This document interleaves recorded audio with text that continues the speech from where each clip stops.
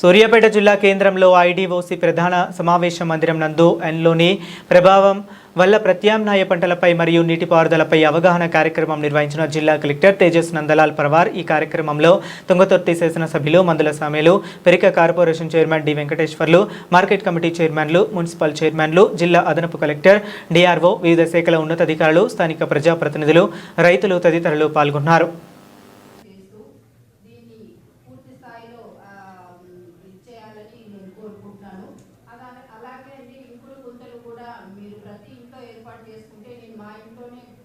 నాకు ఒక 5-6 years back మా ఇంట్లో గ్రౌండ్ వాటర్ లేదు, చేరుగా వెళ్ళిపోయింది. అప్పుడు మేము ఇంకుడు గుంట ప్రతి నీటి చుక్క వర్షం నీరు అనేది పోకుండా ఇంకుడు గుంటలో వెళ్ళేటట్టు పెట్టిన తర్వాత ఇప్పుడు గ్రౌండ్ వాటర్ మా ఇంట్లో లేకుండా ఉండే పరిస్థితి లేదు. అందుకని ప్రతి ఒక్కరు కూడా ఇంకుడు గుంట అనేది మనం ప్రతి నీటి బొట్టును కూడా వృధాగా పోనీయకుండా చూడాలని నా యొక్క కోరిక. ఈ అవకాశం ఇచ్చినటువంటి మీకు నా యొక్క ధన్యవాదాలు తెలియజేస్తున్నాను.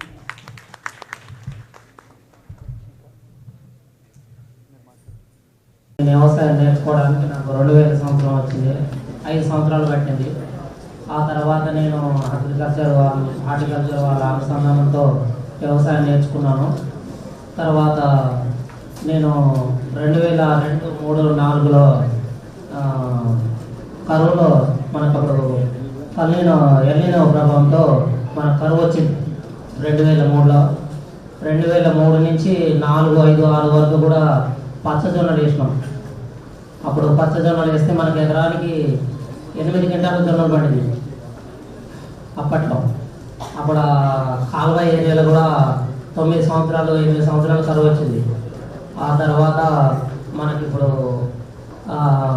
రాజశేఖర రెడ్డి వచ్చినాక కొంచెం వర్షాలు పడి పంటలు మనకు అలవాటు అయిపోయింది. ఇప్పుడున్న రైతులందరికీ కూడా వరి పంట మాత్రమే తెలుసు, ఇతర పంటలు మాత్రం చాలా తక్కువ మందికి మాత్రమే తెలుసు. తర్వాత ఇప్పుడు కాలువ నీళ్ళు నాటింది.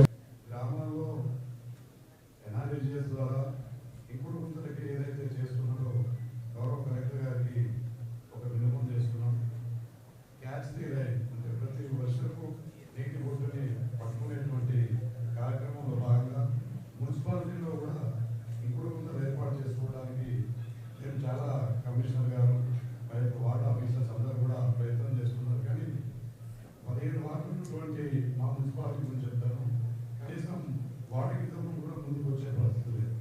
కొంత ఖర్చు దానివల్ల ఆలోచన చేస్తున్నారు, కానీ దానివల్ల చాలా రిజల్ట్ వస్తుంది అనేది ఆలోచనలో చేస్తలేదు. కాబట్టి ఎన్ఆర్జీఎస్ ద్వారా ఏదైతే కొంత అమౌంట్ గ్రామంలో వేస్తున్నారో మున్సిపాలిటీస్లో ఉన్నటువంటి స్లమ్ ఏరియాలో, చివరిగా స్లమ్ ఏరియాలో ఉన్నటువంటి ఎస్సీ, ఎస్టీ, బీసీ వర్గాల వరకైనా కొంత అమౌంట్ మనం అరేంజ్ చేయగలిగితే కొంత ఆ యొక్క వర్షం నీటి బొట్టుని కింద గ్రౌండ్ లెవెల్ ఉంచడానికి దాని యొక్క మనం రిజల్ట్ తీసుకొస్తాం ఆలోచన ఉంది. అదేవిధంగా ఈ కార్యక్రమాన్ని మండల స్థాయిలో కూడా రైతులకు ఒక అవగాహన సదస్సులా కల్పిస్తే ఇలా మనం అడుగంటిపోతున్నటువంటి జలాలన్నింటినీ కూడా మనం చూస్తాం. ఇక్కడ ఈ విషయాలన్నింటినీ కూడా గ్రామీణ స్థాయిలో రైతులకు కూడా చూపిస్తే అది చాలా వరకు మనకి రిజల్ట్ వస్తుంది. కాబట్టి ఆ విధంగా మండల స్థాయిలో కూడా రైతులకి అవగాహన కార్యక్రమాన్ని ఏర్పాటు చేస్తే బాగుంటుందని చెప్పని తెలియపరుస్తూ ఈ కార్యక్రమంలో తప్పనిసరిగా మేము కూడా భాగస్వాములు అవుతాం. పంట మార్పిడి విధానంలో తప్పనిసరిగా రైతులను చేతులు దాంట్లో అధికారులతోటి మేము కూడా మమేకమై తప్పనిసరిగా మ్యాక్సిమం అవకాశాన్ని ఫలితం రూపంలో తీసుకొస్తామని చెప్పని తెలియజేస్తూ సెలవుకుంటున్నాను. రావచ్చు కాబట్టి ప్రభుత్వం సూచన చేయండి. గతంలో మనం ఉంచాం ఏదైతే వైట్ కార్డు ఉందో వాళ్ళకి బియ్యంతో పాటు ఈ 6 వస్తువులు ఇస్తే కొన్ని ఈ ప్రభుత్వం బతకగలుగుతారు. వ్యవసాయం లేనప్పుడు గ్రామాల్లో ఎక్కడ పని ఉండదు. ఇల్లు కట్టడు, దొడ్డు చేసే దొడ్డుగూడు ఎవరు చేసి వాడు ఏ పని ఉండదు. కేవలం కూర్చోవడం తప్ప ఏమడదు. అంత భయంకర పరిస్థితి ఆ వర్షాభావం చూసి కనపడతా ఉంది. ఎవరి పనులు ఉంటే ఎవరు కంటిపిల్లలు మన డబ్బులు వాళ్ళు వాడేకండి చేస్తారు. కాబట్టి మనం ప్రభుత్వ పరంగా వైట్ కార్డు ఉన్నవాడికి ఎక్కువ దృష్టి పెట్టి సాయం చేయాలి. గ్రామ అధ్యయనం కానీ గిద్దెలు కానీ ప్రభుత్వాలు కానీ అందరూ కూడా పంటలు వాళ్ళ భూమి లేదు. ఇంతసేపు మనం ఏం మాట్లాడినా భూముల గురించి మాట్లాడుతున్నా, భూమి లేని పరిస్థితి మాట్లాడి చెప్తాను నేను మళ్ళీ.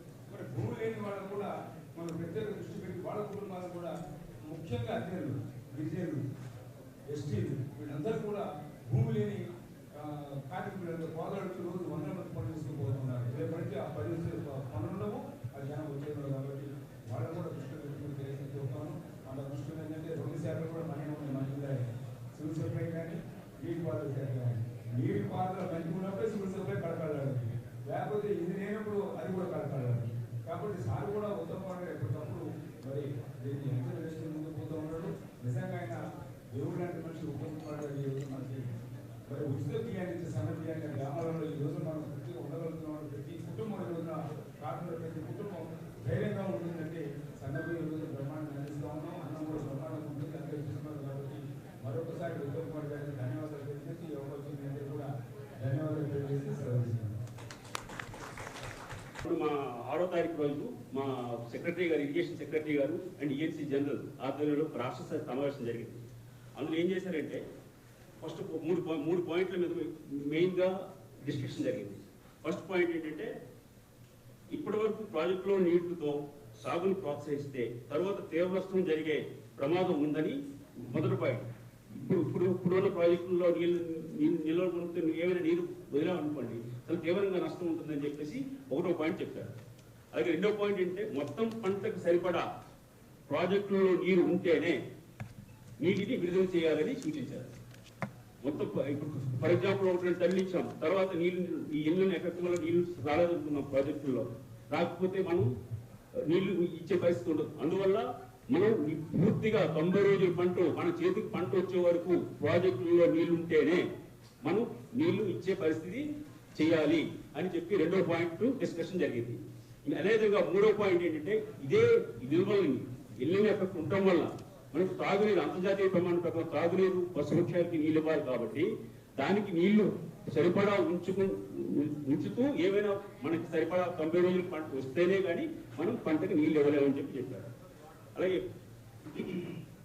మళ్ళీ ఇదే ఇంకొక వారం రోజు ఆగస్టు 3rd వీక్లో మళ్ళీ ఇంకొక సమావేశం జరిపి నీటిని దృష్టిలో పెట్టుకొని మనం మళ్ళీ సూచిస్తాం రైతులకి, డిస్ట్రిక్ట్ అడ్మినిస్ట్రేషన్కి.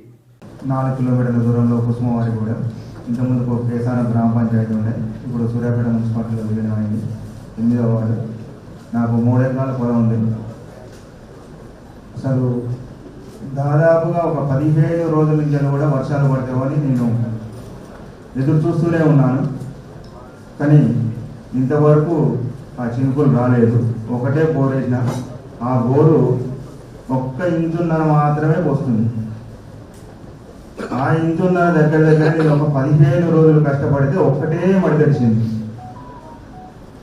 ఆ విధంగా 15 రోజులు కష్టపడితే ఒక్క మడి తెరిస్తే 3 ఎకరాల పొలం తడవడానికి కనీసానికి దగ్గర నాకు ఒక 3-4 నెలలు పడుతుంది. దాని గురించి నేను వర్షాలు పడవు అని 5204 సన్న ఒడ్లు తిండి మందమే 1 ఎకరం సాగు చేసుకున్నా. మిగతా అది మొత్తం దున్ని 2 ఎకరాలు కన్సేషన్ పెట్టుకున్నా. దానివల్ల నాకు ఈసారి కొద్దిగా 1-2 చినుకులు పడితే ఆ కంది మీద కొద్దిగా లాభం వస్తాయనే ఉద్దేశంతో 5 సంవత్సరాల నుంచి ఎన్నడూ కూడా నేను వేరే పంట వేయలేదు. వ్యవసాయ శాఖ వాళ్ళు సూచించిన మేరకే కందిసేను వేసిన. మరి ముఖ్యంగా వరి మీద ఆధారం లేకుండా చాలా ఇబ్బందిగా అయిపోతుందనే ఉద్దేశంతో వ్యవసాయ వాళ్ళు మొత్తం సూచించిన మేరకు 1-2 ఎకరాలు మాత్రం కందిసేను వరకు దున్ని వేసిన విత్తనాలు. అది కేసారం గ్రామ పంచాయతీ దాంట్లోనే తీసుకున్నాం. అది మా యొక్క పరిస్థితి. కాబట్టి రైతులు ఎక్కువగా వరి చేను వేయకూడదు అని నా యొక్క ఆలోచన. ఎందుకంటే తర్వాత ఎండిపోతే పరిస్థితి బాగుండదు. ఆ పెట్టే ఎకరం కూడా పరిస్థితి పారే పరిస్థితి కూడా లేదు. ఇప్పుడు దాదాపుగా బోరు కూడా వెనక ముందరికి అంటుంది. ఆ వచ్చిన కరెంటు కూడా ఇబ్బంది అవుతుంది. కాబట్టి దాదాపుగా నేను ఇక నుండి కూడా వరి చేను బంద్ చేసి ఏదో తిండి గింజల మందం పెట్టుకొని మిగతా మొత్తం ప్రత్యామ్నాయ పంటలు వేసుకుంటానని ఈ సభాముఖంగా తెలియజేస్తున్నాను.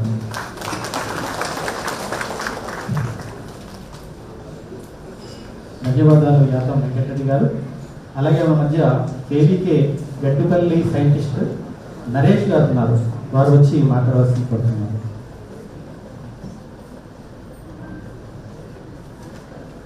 మహిళా రైతులకు తెలియజేయడం ఏమనగా, నేను రాయిపోడ గ్రామం మోత మండలం కేవీకే అనుసంధానంలో పనిచేస్తున్న వ్యక్తి. అయితే ఈ గవర్నమెంట్ ఎప్పుడైతే ఎలినోవా అని చెప్పిందో ఈ సంవత్సరం పత్తి పని చేసిన 5 ఎకరాలు వేరుశనగ చేసిన 5 ఎకరాలు కంది పెట్టిన 5 ఎకరాల కందిలో 42 నచ్చు పెట్టి ఒకసారి కంది ఒకసారి దోస అంటే 2 పంటలు ఏదో ఒక పంట అయితే కలిసి వస్తుంది రైతుకు. 2 ఎకరాలు పెసా వేసినాం 5 ఎకరాలు పొలం నాటు పెట్టినాం. ఇంకోటి ఈ సూర్యాపేట జిల్లాలో గత 4-5 ఏళ్ళ నుంచి పచ్చజొన్నలు పండించేది ఒక రైతు.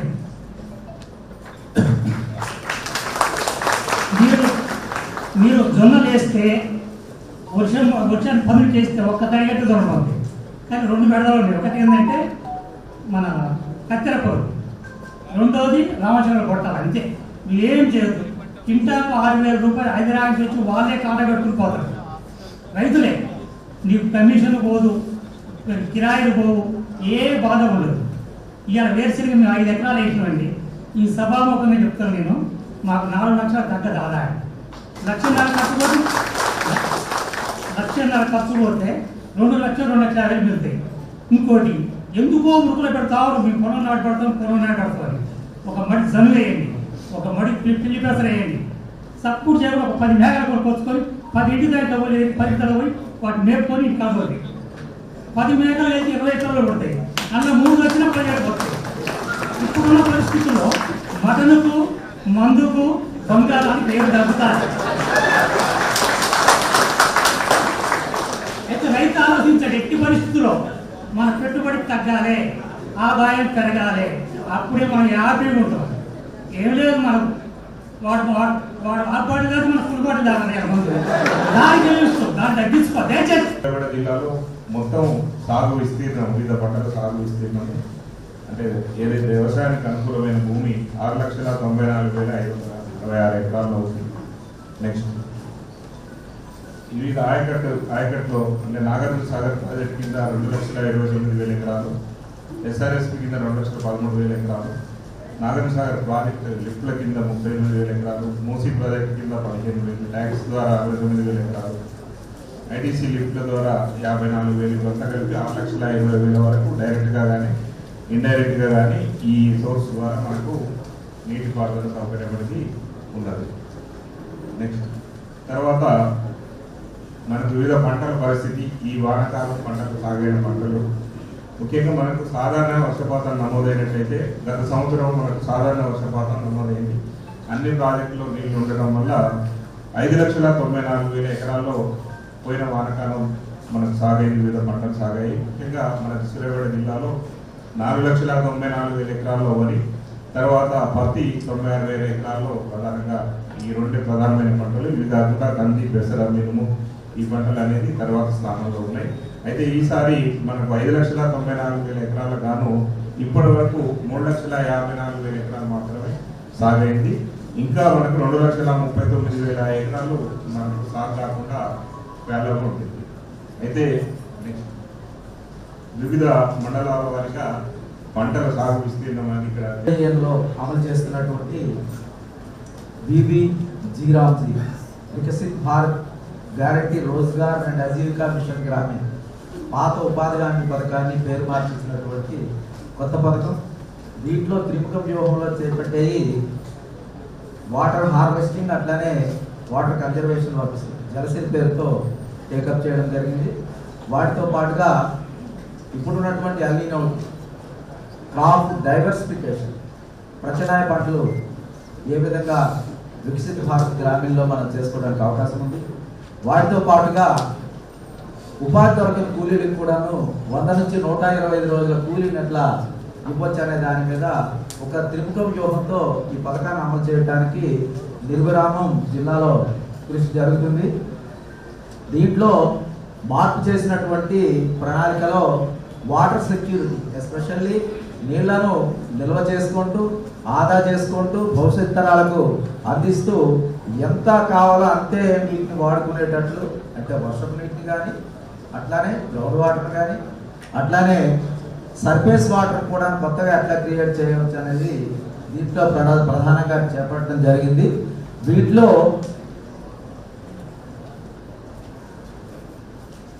జలసిరి పథకం కింద ప్రతి ఇంటికి ఇంకుడు గుంత, ప్రతి పొలానికి పంట కుంట, ప్రతి ఊరికి ఊట కుంట అనేటటువంటి ఒక లక్ష్యంతో ఈ ప్రణాళికలు అమలు చేస్తున్నారు.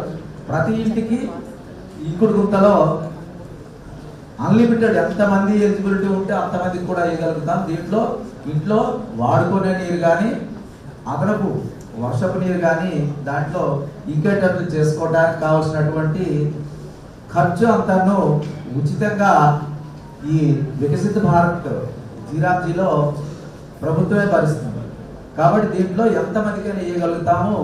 ఇక్కడ నేను అడ్రస్ చేసే ముందరే ప్రత్యేకించి అమలు చేసేటటువంటి మండల పరిషత్ అభివృద్ధి అధికారులతో పాటు వారి ప్రత్యేక అధికారులకు ఎందుకు చెప్పినాయంటే ఎస్పెషల్లీ మోటివేట్ చేసి అందరిలోకి మీరు తీసుకువెళ్తారనే ఉద్దేశం.